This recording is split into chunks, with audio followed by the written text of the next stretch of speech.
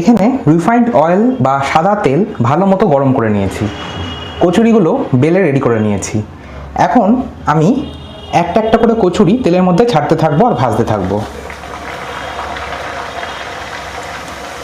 এইভাবে ঝাঁঝরির সাহায্যে একটু মাঝ বরাবর যদি এটা চাপ দেওয়া হয় তাহলে কিন্তু কচুরিগুলো ফুলে উঠবে। প্রত্যেকটা কচুরি 1 থেকে 100 যতগুলো ভাজবেন ততগুলোই কিন্তু এই রকম গোল বলের মতন ফুলে উঠবে। প্রথম কচুরি ভাজা হয়ে গেলে আমি তুলে নিচ্ছি একটা ঝুড়ির মধ্যে। আমি সেকেন্ড কচুরিটা এখন তেলের মধ্যে ছাড়বো। একটু মাঝ বরাবর এইভাবে হাতার সাহায্যে বা ঝাঁঝরির সাহায্যে চাপ দেব, তাহলেই কিন্তু কচুরিগুলো একদম গোল বলের মতন ফুলে উঠবে। আমি আপনাদের 5টা কচুরি আজকে ভেজে দেখাচ্ছি, আর 5টাই কিন্তু এই রকম বলের মতন ফুলবে। আপনারা দেখতে থাকুন।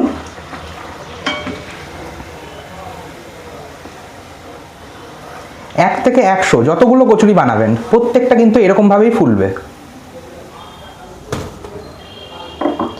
আমার তৃতীয় কচুরি যাচ্ছে। ঠিক যে পদ্ধতিতে বললাম সেইভাবেই আমি মাঝ বরাবর চাপ দিয়ে এইভাবে ঘুরিয়ে ঘুরিয়ে ভেজে নেব। প্রত্যেকটা কচুরি ফুলবে। এই দেখুন, আমার থার্ড কচুরিটাও ফুলে গেল, গোল বলের মতন পুরো ফুলে উঠেছে।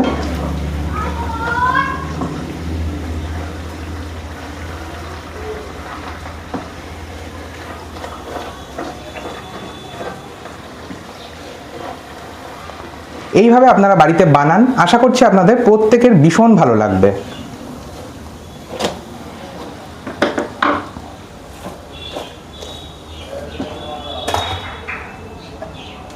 এই আমার চতুর্থ কচুরি যাচ্ছে। এটাও কিন্তু এইরকমই বলের মতন ফুলে উঠবে।